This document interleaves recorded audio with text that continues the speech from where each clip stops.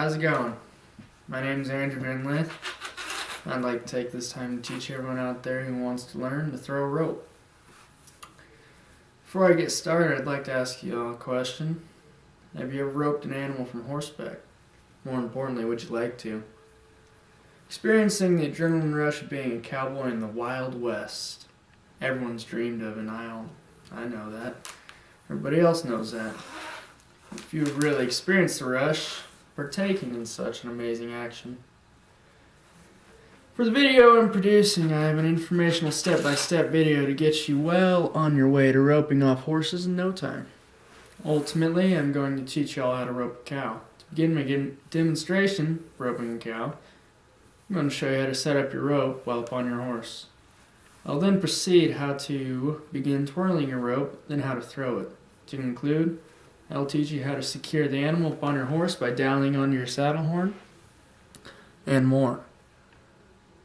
Let's begin by mounting your horse. If you don't have a horse, then you can do this on foot.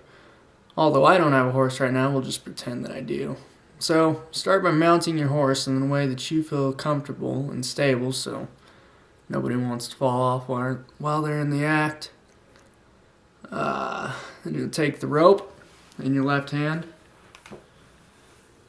Let's see here.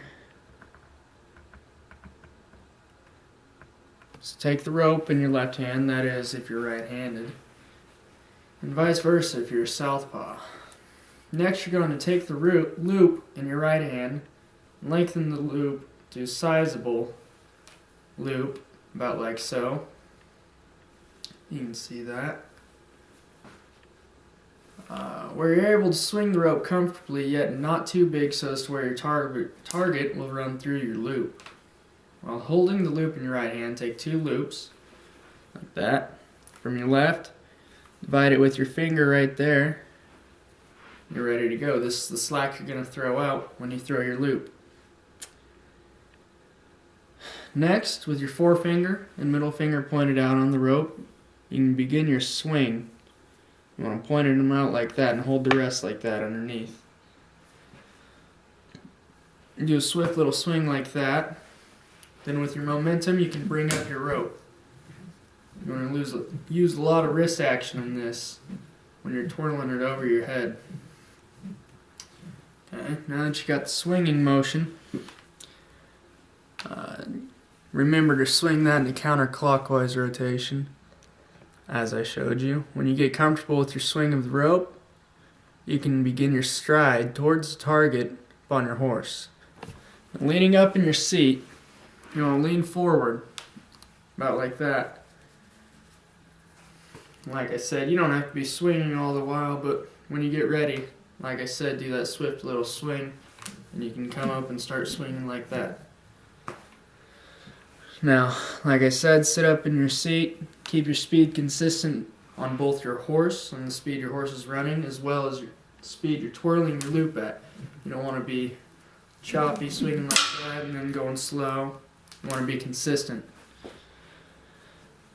Now, when you get ready to throw, you want to be sure that your swing is consistent, as I said.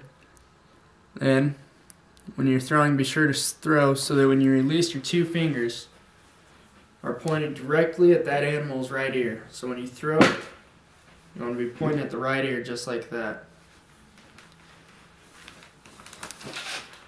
For the final step of the roping process, and once you've successfully placed the loop around the animal's neck, you'll then pull the slack out of your rope with your right hand. You want to pull a swift movement like that. Then you're going to come back down while still holding the rope to go down to dally on your horn. Now, once you've pulled the slack with a swift jerk, you begin the same counterclockwise motion as you did when you were twirling your rope. Now when you want to dally, take your rope with your right hand, you come straight down with your thumb pointed up as to not get your thumb caught in the rope. Now you come down with your right hand, counterclockwise rotation. You go down the base of your horn. Do it once or twice just to be sure. If you have rubber on it, you can probably get away with doing it once. If not, I'd go with a couple more loops. And once you get that, Pull your horse to a stop, which should be holding your reins with your left hand. And there you have it. You have successfully caught an animal up on horseback.